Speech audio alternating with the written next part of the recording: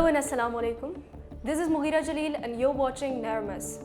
By 2013, it was clear to US policymakers that there wasn't an outright military solution to the Afghan war, and ultimately they would have to cut and run from there. And it was in this background that the Obama administration allowed the opening of a Taliban office in Qatar, despite President Karzai's opposition. The office was initially run by Sher Mohammad Abbas Stanikzai, an Afghan graduate of the Indian Military Academy, who was and is known to have a clear tilt towards India. Subsequently, he was replaced by Mullah Abdul Ghani brother, who remained under Pakistan's custody and was released on US insistence. People of knowledge say he never trusted Pakistan and has his own grudges with us till present. So what needs to be highlighted here is that Pakistan accepted a negotiation venue at a far-off place being managed by individuals who have tainted views about her. Pakistan went along US policy, thinking it would help bring peace in Afghanistan. When Pakistan helped broker the opening of a Taliban's political office in Doha, it did so in good faith, believing it was enabling a peaceful US exit and a post-war settlement.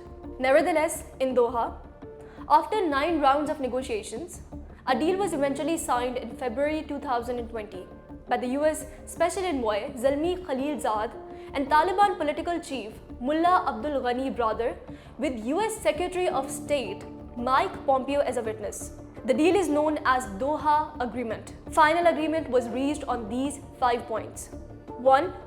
Non-recognition of Taliban as a political entity. 2. Guarantees to prevent the use of Afghan soil by any international terrorist groups or individuals against the security of United States and its allies. 3.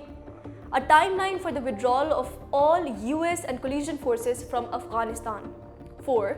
A political settlement resulting from intra-Afghan dialogue and negotiations between the Taliban and an inclusive negotiating team of the Islamic Republic of Afghanistan. And 5th, a permanent and comprehensive ceasefire. These 5 parts are interrelated and interdependent. Interestingly, the agreement was neither a political document nor a legal one. It was not even a peace process, but in fact, a coordinated handover settlement from one occupying force to another, both aimed at keeping Afghanistan away from any legitimate political dispensation. The US agreed to Taliban demands, including the release of hardened Guantanamo Bay prisoners, who promptly joined the Taliban negotiating team. These weren't just ex-fighters. Some local experts are of the view that they were the processed assets repurposed to ensure a post-withdrawal alignment with the US regional goals.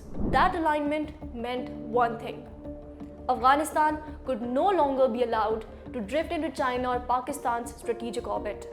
Likewise, the final withdrawal in August 2021 was no disaster. It was orchestrated, and the signs were clear.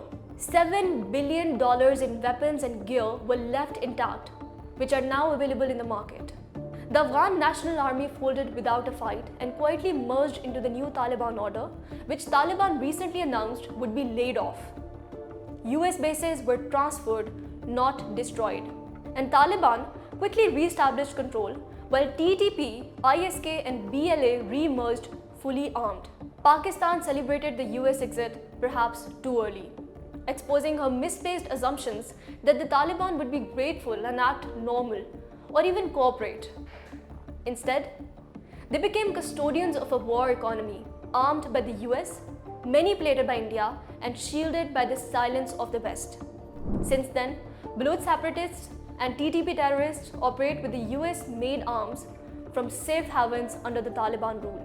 The same extremist elements released from Guantanamo or freed from Pulit Charkhi now orchestrate violence against Pakistan, aided by Indian intelligence and tolerated, if not outrightly aided and abetted by Kabul. This is not blowback, this is by design. Speaking on February 28, 2025, the 5th anniversary of the agreement, Chief Taliban spokesman Zabiullah Mujahid said the Doha Accord was limited to a particular time frame, which has now expired. The Islamic Emirate has its own governance system, and now we are no longer moving forward based on that agreement. He said this on the state TV. So 2 things are happening.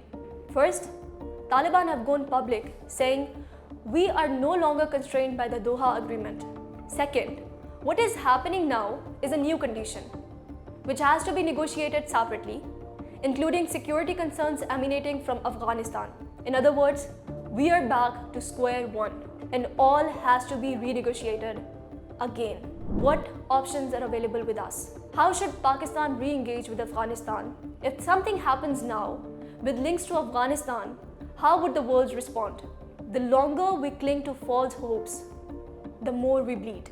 What are your views on the subject? Drop your thoughts in the comments below and be sure to like, share and subscribe to the channel. Until next time, stay safe and stay kind. Allah Hafiz.